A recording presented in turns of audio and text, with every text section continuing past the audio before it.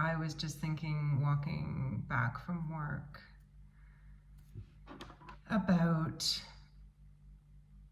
the fact that my calling to follow the Lord is not unique. I've been reading a little bit about saints and monks and how these people have felt this presence of God since they were young. And I felt that as well. When I remember when I was young, I just knew someone was there. I knew he was there. I just had this sense of a presence of love. And that turned into, like, I grew up in an atheist, non-religious household. It kind of like made my parents wonder. I remember writing a letter to them that I wanted a dog when I was about 8, probably. And I said, "Dear Mom and Dad and God." And then I went on and on about how much I wanted a dog and how I would take care of the dog and all the things I would do. And my mom was like, "What was that God thing about?" And I was like, "I don't know." And another time I remember in school, I must have been in grade 6 or 7, maybe grade 6. Yeah, grade 6.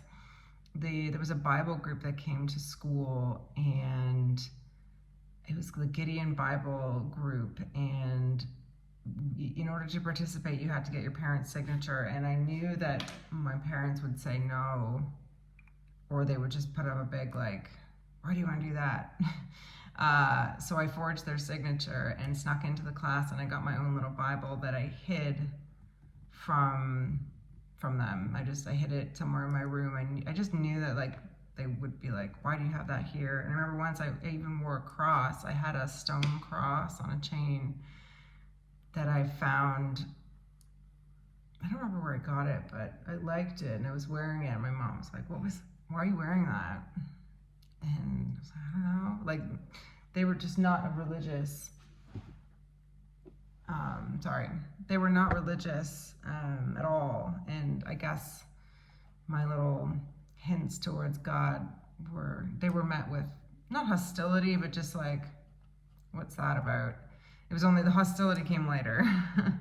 But anyway, I just wanted to explore that my path to wherever I end up, but just my feeling of being called out of this world is not unique. And as simple and easy to understand as that sounds, when you go through your life feeling this otherness from the entire world, you feel separate from everyone. The way that people interact doesn't make sense to you.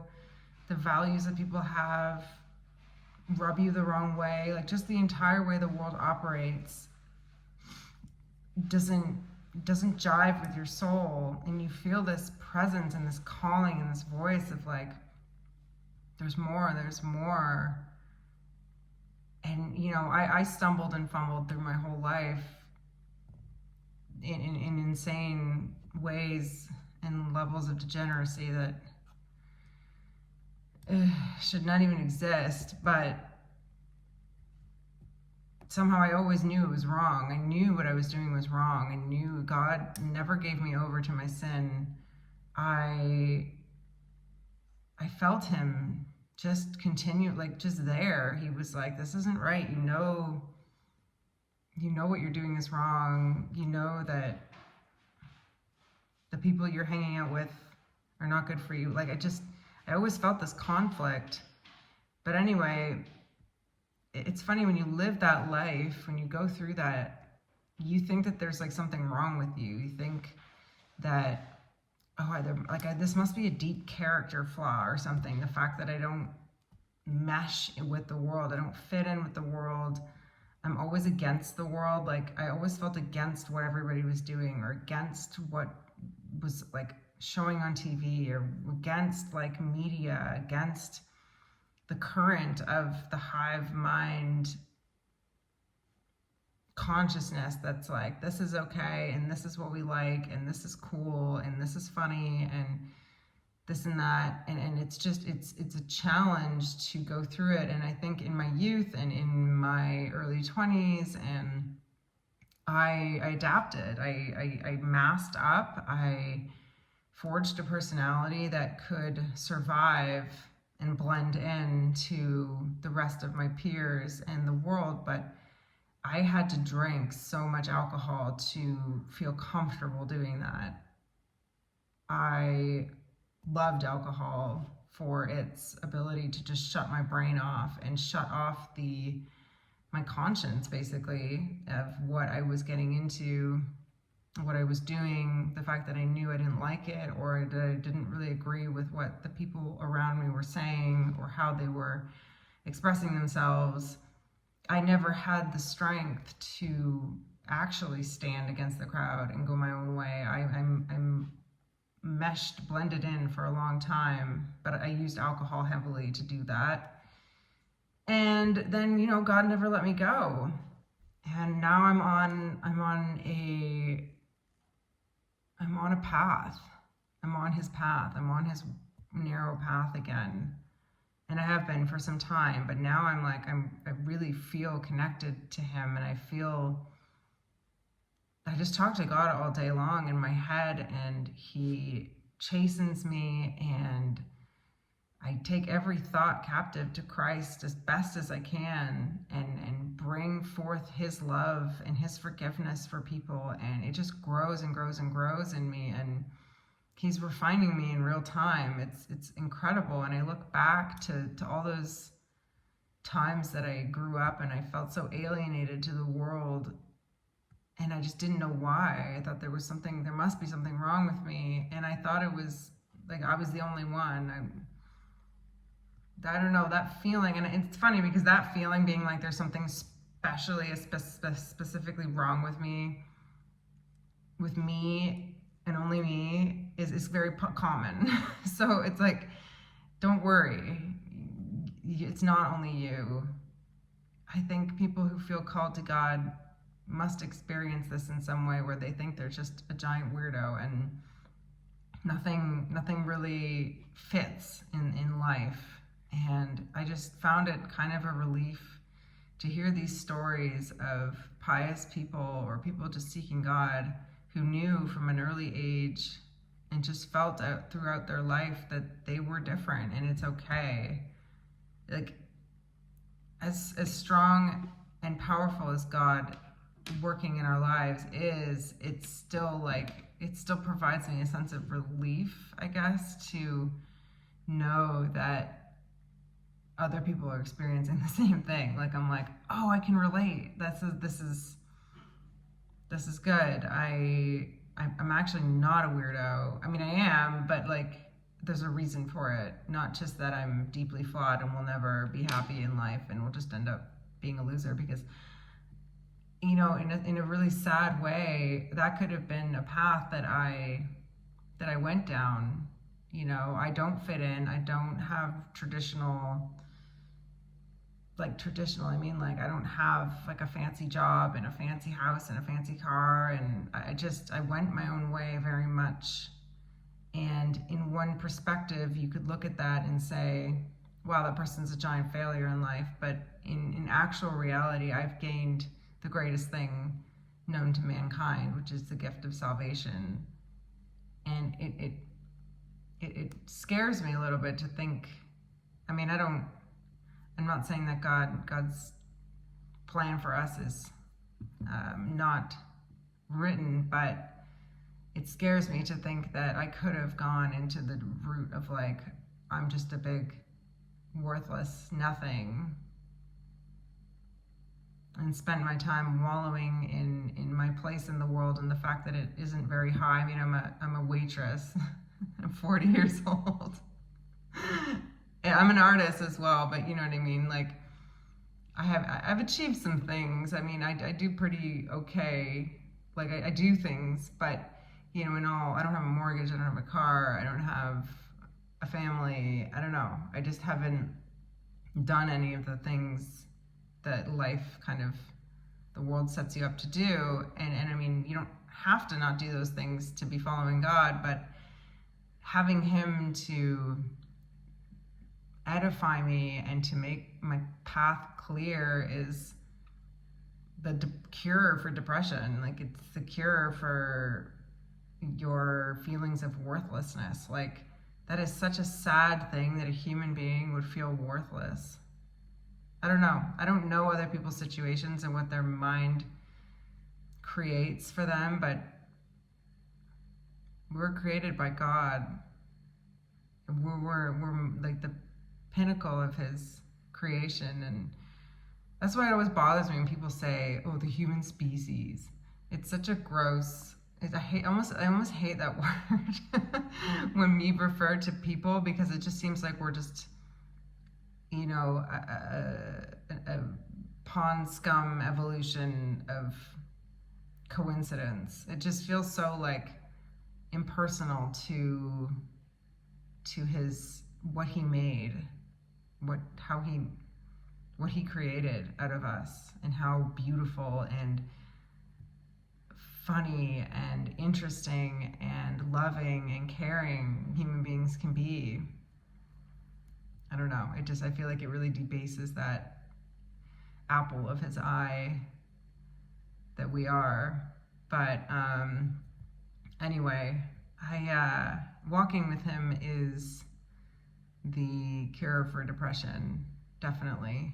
And I've suffered a lot with mental health problems throughout my whole life. I have been tormented by demons, and demons will come after people. Like, I think there's so much to say. It's just like, depression to me is demonic activity, because I've been through it, and I know the oppressive reality, like how real the heaviness is in your soul, that there's just nothing worth doing. And it's so sad that there are so many people suffering,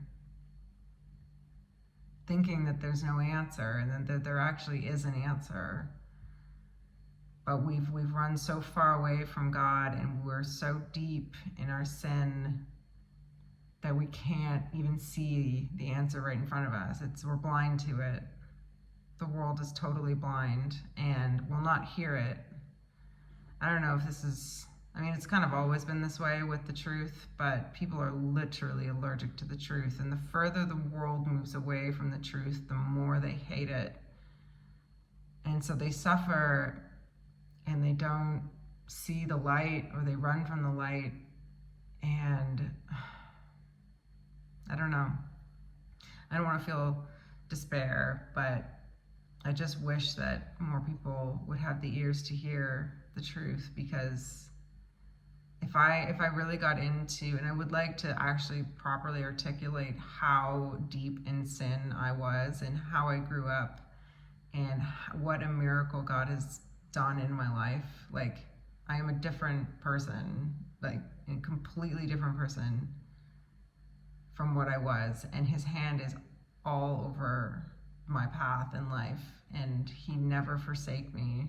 There was one time where I was doing drugs, and I had become like a believer. I was like, God is real, Jesus is real, this is real, but I was still like wavering on my walk. I didn't quite have the roots in, and I'd fallen back into my drug habit, and I was doing drugs one night with someone, and I felt bad about it as I was doing it. I was like, I don't want to be doing this. And then, like, not really bad, but I was just like, I shouldn't be doing this. Like, kind of like just my conscience came into view, and I heard this voice that was like, you can have your sin if you want it. And it was like this very stern, it wasn't an audio voice, but it was like a communication of like, we can give you over to your sin if that's what you want. And I was like, no, please don't leave me. I will stop this. And so I did eventually, quite soon after that, I really started to clean myself up. But I believe that that was the Holy Spirit really kind of nailing it home with me that, you know, God's not going to forgive you, keep forgiving you forever. Like, you have to get serious here. So yeah, he has been extremely gracious with me. And you know, sometimes with the way I've wavered before on my path with God, I still not question my salvation, but I fear for it because I have done so many bad things.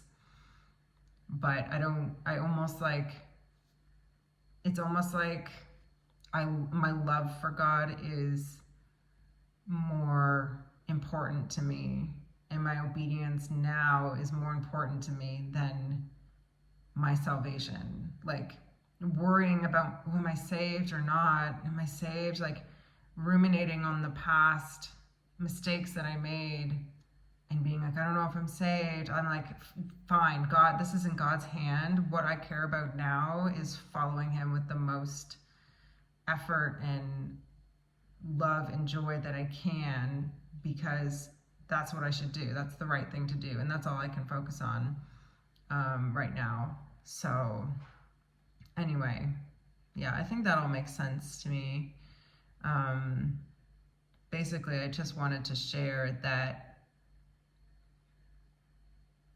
if you're one of those people who think that they're just flawed or unlovable or deeply different in ways that people will never understand, it's like, that's okay. It's okay to think those things, but turn them into the knowing that you are God's creation and he loves you so much. Like, his love is right there waiting for you. He's always here. It's just us that turn away from him, and we can turn back to him whenever we want. That's his gift and what his sacrifice made us able to do, to be reunited with the Father. Yeah, I found comfort that I'm not alone in my feeling alone. Anyway, I hope that made sense. Thanks for listening.